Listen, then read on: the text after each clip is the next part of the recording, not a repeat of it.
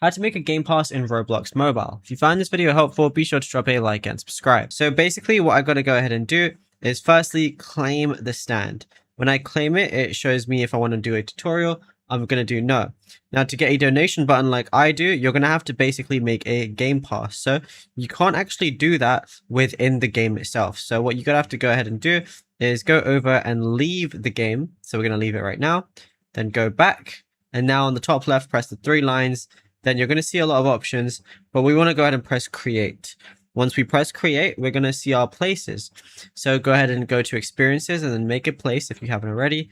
On the top left, press the 3 lines and then go to monetization, then go to passes. Now we want to create a pass, so you can name it anything you want and add a description. Once you go ahead and do that, it's going to be shown over here.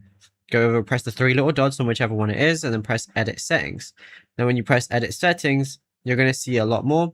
And then you're going to see sales as one of the options, and then you can switch the item for sale. And then on Roblox, that's it. You're going to have the button, the donation button.